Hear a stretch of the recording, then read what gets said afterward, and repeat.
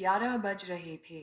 Station master Mishra ji अपनी लकड़ी की पुरानी मेज पर बैठकर चाय पी रहे थे, तभी एक अजनबी युवक वहां आया। माफ कीजिए, क्या मैं दिल्ली जाने वाली आखिरी ट्रेन पकड़ सकता हूँ? युवक ने पूछा। मिश्रा जी ने चौंक कर उसे देखा। दिल्ली जाने वाली आखिरी ट्रेन? बेटा, यहाँ से दिल्ली की कोई सीधी ट्रेन बीते 5 सालों से नहीं चली। और इस समय तो कोई ट्रेन भी नहीं आती, युवक ने आश्चर्य से कहा।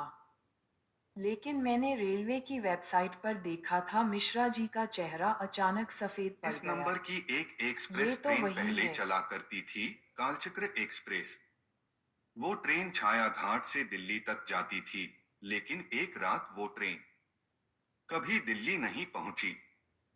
उसके सभी यात्री, ड्राइवर, गार्ड सब गायब हो गए। वो ट्रेन इस स्टेशन से गुजरती है, बिना किसी शोर के, बिना कोई रुकावट के। और जो भी उस ट्रेन में चढ़ा, फिर कभी वापस नहीं लौटा। हा हा हा। क्या बात कर रहे हैं मिश्रा जी?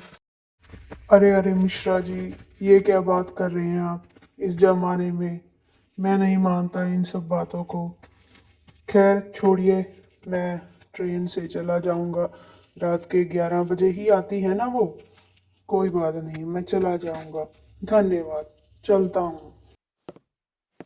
रात के ठीक 11:30 बजे युवक प्लेटफॉर्म नंबर 2 पर अकेला खड़ा था।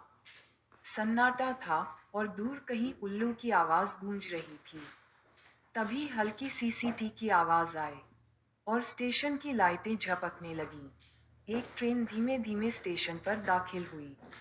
युवक ने उत्सुकता में एक डिब्बे का दरवाजा खोला और ट्रेन के डिब्बे में एक अजीब सा अकेला आदमी था।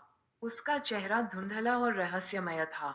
युवक ने उससे पूछा, भाई साहब, क्या आप बता सकते हैं कि ट्रेन से बाहर जाने का रास्ता किधर है? लेकिन उस आदमी ने कोई साफ जवाब नहीं दिया। उसकी आवाज बेहद अजीब और डरावनी थी, जैसे किसी गहरी गुफा से आ रही हो। उसकी आवाज सुनकर युवक घबरा गया। तभी अचानक डिब्बे में कई अजीब और डरावने चेहरे वाले लोग प्रकट हो गए। उनके चेहरे इंसानों जैसे थे, लेकिन बेहद विकृत, बिना आंखों के। और उनकी मौजूदगी से माहौल में एक ठंडी दहशत फैल गई। युवक डर के मारे थर थर कांपने लगा। वो कुछ समझ पाता उससे पहले ही उसके शरीर ने जवाब दे दिया और वह बेहोश होकर गिर पड़ा।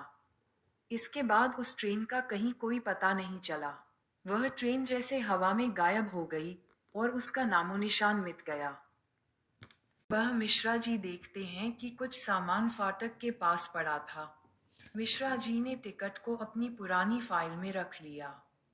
पर वह सामान उसी युवक का था जो उस रात उस ट्रेन में चढ़ा था और फिर कभी वापस नहीं दिखा।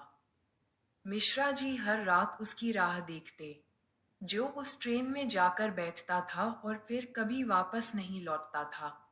आज भी छायाघाट स्टेशन पर हर साल उस तारीख को रात 11:30 बजे मिश्रा जी छुट्टी ले लेते हैं। कोई न कोई अजनबी उस रात स्टेशन पर आता है, वेबसाइट पर ट्रेन नंबर 14 का जिक्र करता है और फिर कभी नहीं लौटता। कहते